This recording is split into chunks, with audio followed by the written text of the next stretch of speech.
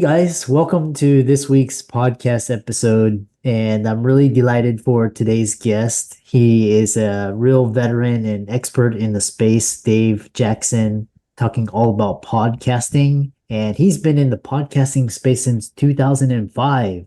And we'll hear about his journey.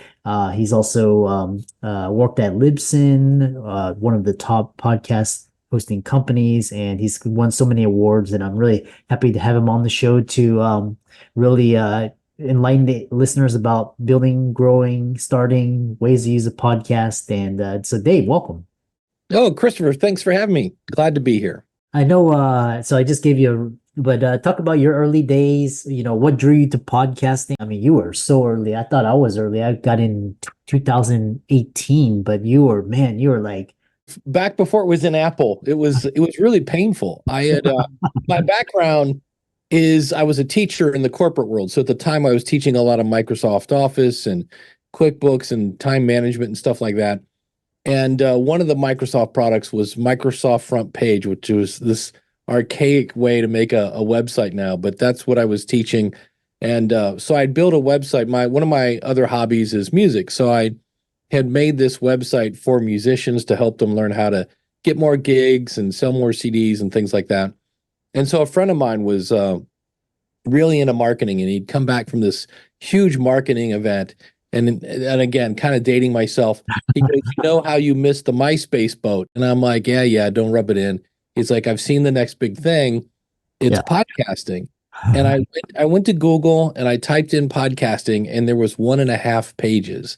And I go, "Wait, how do you spell this again?" POD, type of, there's 1.5, there was nothing on podcasting. So it took me a while to kind of, rubber band and paper clips one together. And I remember I uploaded a file, and then I saw it come down in the software, and I went, "Oh, I see what this is going to do." And so, but the first couple of years, it was brutal because I'd launched the School of Podcasting, and I would ask people, "Do you ever listen to podcasts?" And they're like, "Do you need an iPod for that?" And I'm like, "No, just the internet and some speakers." So once I finally explained to them what a podcast was, they then would go, "Yeah, I don't want to do that." So it was a lot of fun. But I remember when Apple added podcasting to what was then iTunes, and that's where you actually saw a hockey stick growth. It just really, really launched everything through the ceiling. And it's been fun along the way. I mean, the early days of podcasting, it was very much, we don't want to be radio, which is kind of weird because that's kind of where we are now. Sound like radio, but it was very much things that you could never do on the radio. And then most of them were tech shows because you had to be a nerd to figure out how to make one. And then there was English or just basically language podcasts.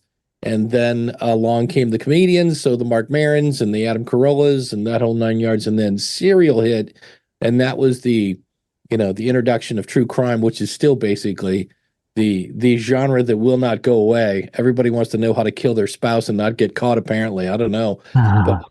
And that's when I remember I was watching Saturday Night Live, and they did a skit on Serial, and I went, "Wait, we're mainstream." Like, because occasionally you would hear a news show say, "Oh yeah, be sure to listen to our podcast," and we'd all get giddy. They said podcast on TV, and but when they did that on Saturday Night Live, I was like, "Wait, they wouldn't do that unless enough people knew that." And back then, millions of people had already been listening to Serial, so it's been a fun ride, and gear's gotten a lot smaller and a lot cheaper, and so it's been fun to watch. Yeah.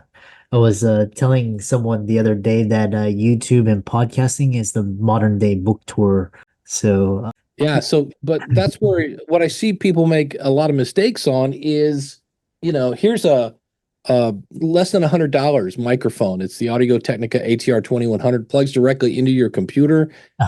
And yet I see authors show up on my show and they're trying to use the built-in microphone of their laptop. And I'm like, this isn't a Zoom call. This is a podcast, and you don't need to go spend thousands of dollars. But I'm not putting you sound like a fishbowl in a bathroom. I'm like, I'm not putting that on my show or spending hours to clean it up. And if you want to sell a couple books or something, again, you don't have to spend thousands of dollars, less than $100, and you'll sound amazing. Yeah, I love that. We'll talk about like lighting and sound because I love your background for those of you that are on YouTube or streaming or that are on the video podcast. The I wanted to follow up because most people they're like they most notably they try to be like when they on these platforms they try to be like the big guy like for podcasts it's Joe Rogan, for YouTube it's Mr. Beast, and they're like, yeah, I can never reach that, but talk about why you can never be like them, and that's actually a good thing. Yeah, the first thing people think Joe Rogan started where he is. Like he just walked into that room with him and Jamie and started a podcast. Like, nope. Joe Rogan was a stand-up comedian. It took him about, I think, 8 years to make his first album. Yeah. Then it was on something news show. It was like News Daily or something. It was a comedy show. He was on that. He was an actor. Then he did MMA. And then he started this podcast. And so if you want to be just like Joe Rogan, it takes about 10 years just to get the experience up of entertaining people. Yeah. And yeah, don't try. And I hear people say, "Oh, we just do it Rogan style," and that just means they do a podcast for 3 hours and then they don't edit. And I'm like, yeah, you can't do that because you're not Joe Rogan. Yeah. And I always say a podcast is a conversation with the boring parts removed. I mean, and I see people. The other mistake I see people do is they'll do a podcast where their bestest buddy and they have 15 years of inside jokes. So all of a sudden it's, Jim and Marty says orange Gatorade and Jim just spits out everything. Oh, orange Gatorade, I can't believe it. And the audience is like, I don't get it because they weren't with you for the orange Gatorade story. So they think they're hilarious because they're laughing, but they have that curse of knowledge that the audience doesn't know, the inside joke and things like that. Yeah, it's really when you're starting, what you have to figure out is why am I doing this?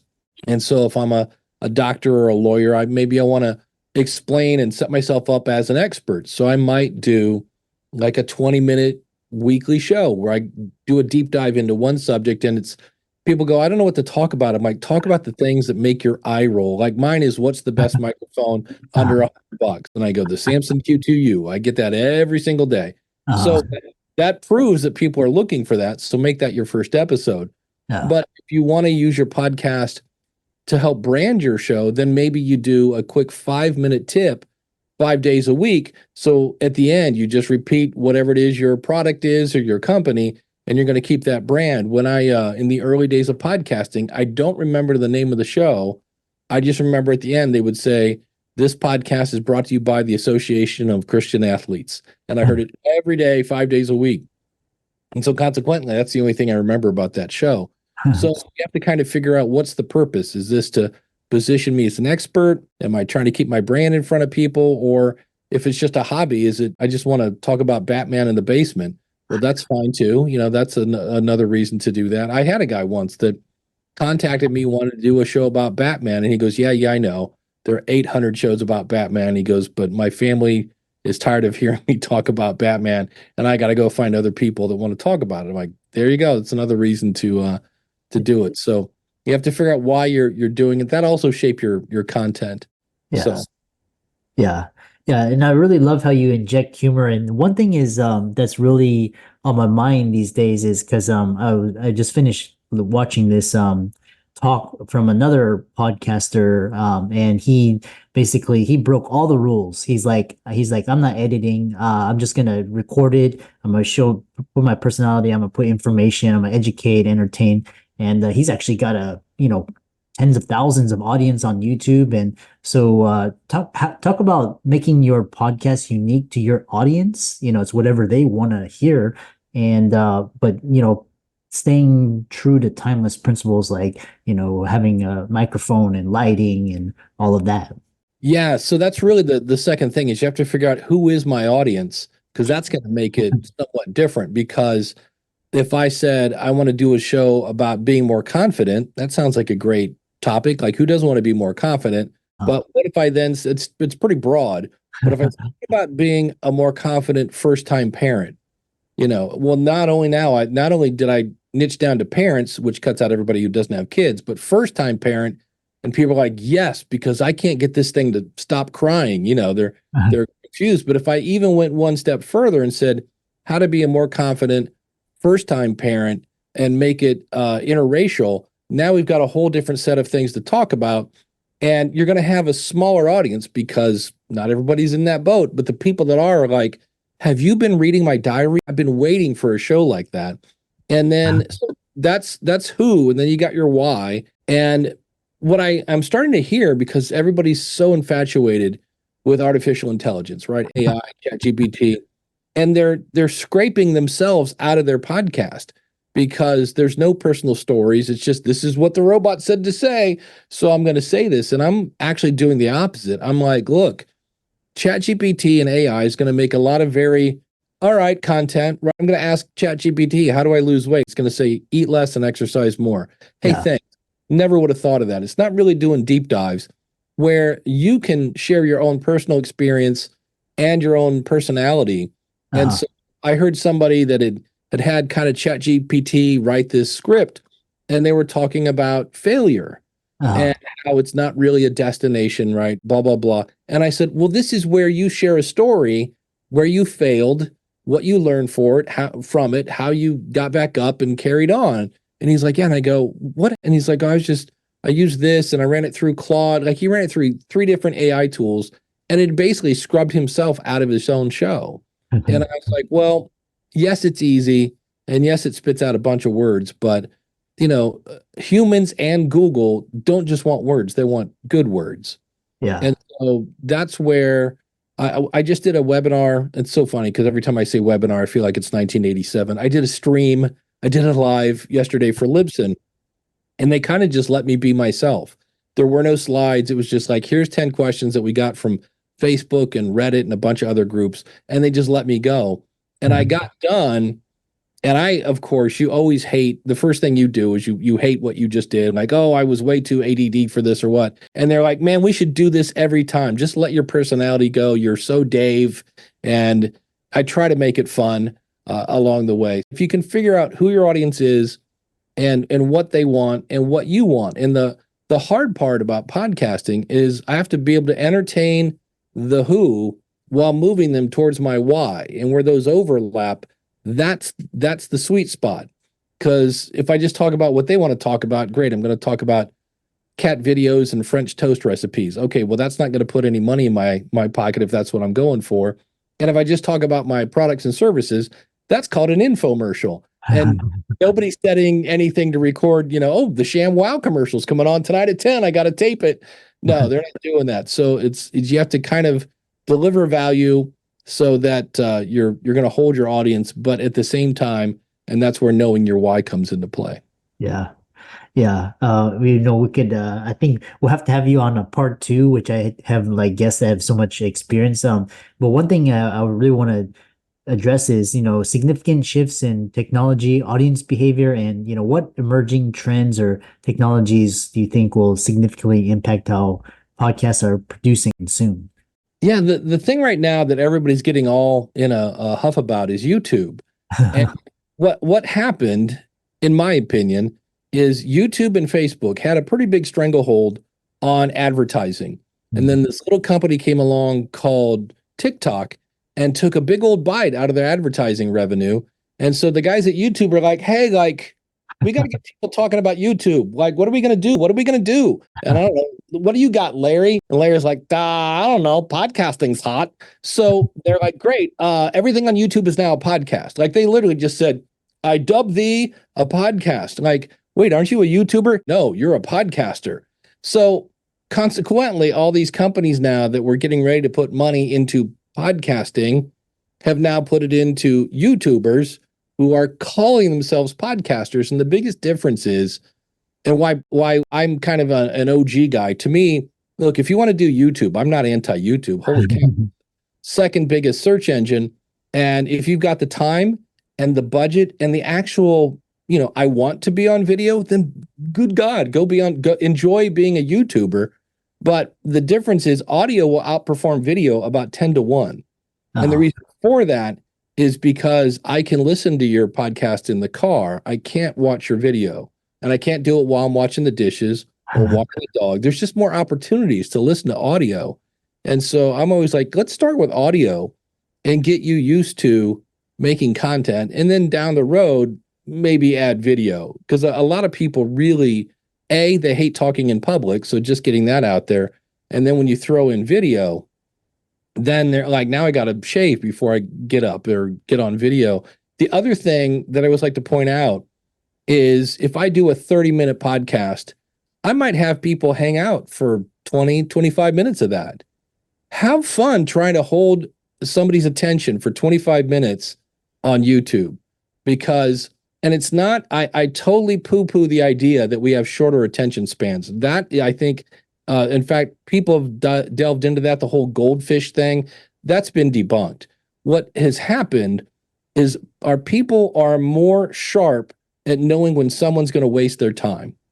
And so when I hear somebody start off a podcast with, hey guys, hey, I don't know what we're going to talk about today, but it's Thursday and I promised you a show. So here we go. And I'm like, yeah, and stop. That guy's going to waste 20 minutes of my time. So they both have their pros and cons. You know what I mean? There are people like I had somebody join the School of Podcasting who found me on my YouTube channel. And she came over and said, oh, you do audio stuff too? And I was like, yeah, a little bit, 19 years, just a little bit. So there are people that just do YouTube and consume YouTube and they watch it in their living room and they're all about it. And again, if you got the time and the budget, be on YouTube. Holy cow. And then there are other people that just do podcasts. And so it's kind of fun, but it's the thing that makes me mad. My job as a teacher is YouTube has made it very confusing because they're calling something that used to be called YouTube is now a podcast. So they'll be like, and they'll say things like, yes, more people are discovering video podcasts, which is YouTube, on YouTube. And I'm like, so you just said people are discovering YouTube on YouTube. I'm like, do you realize how stupid that is? And, Spotify has said, oh, you can do video podcast on our platform. Asterisks, the video only goes to Spotify. If you take the feed and put it into Apple, you're only going to get the audio. Like they will not send video every place else. So a Spotify video podcast only goes to Spotify. A YouTube, giant quotation marks here, video podcast only goes to YouTube and YouTube Music. And I don't know anybody that's listening to podcast on YouTube Music. And then you have what we used to call the original video podcast. And there are places like Podbean and Libsyn that you can upload a video. And it'll go to, I don't know, the 20 different apps that will actually display video. Not all of them do. I mean, Apple will show the video. Overcast won't show the video, but they'll play the audio. And so the reason YouTube is so popular is video files are huge. They're ginormous compared to audio. And that's why YouTube is so popular. So I just kind of look at it and go, YouTube, be YouTube. And used to ask a 12-year-old, what do you want to be when you grow up? They'd be like a YouTuber. I'm like, yeah, go do that. And Spotify, you're amazing. I pay for Spotify. I love their music service. Just do music. Just stay in your lane, kids. Quit trying to be, because as a podcast coach, the one thing I tell everybody is don't try to be everything to everyone because it just doesn't work. Figure out what your niche is and what you're good at and do that. Because the minute you try to be everything to everyone, it's like you just water down everything. Yeah. Yeah, I love that. And I think I've been watching Spotify really, take hold of podcasting, and YouTube is a dominant platform. And but again, as a podcast, you have your own RSS feed, so you control it, and you can distribute it to the different platforms. But it's not like I said, it can't be like you can always put on others. So you have it's kind of I love that. How can people contact you and check out your business and website, reach out to you? You obviously have a lot of experience. Yeah, my main, I guess, flagship show is schoolofpodcasting.com. That's my main one. I do have a number of different ones. They're all of shapes and sizes and things like that. And that is at powerofpodcasting.com. I've got a book about podcasting. I do consulting. Everything's over there at powerofpodcasting.com as well. For all the audience out there, let's thank Dave for coming on, and I really loved his personality and his humor and his expertise. And be sure to give his socials a like and follow, and check out his work and reach out to him. And thanks so much for coming on. Oh, dude, thanks so much. I appreciate it.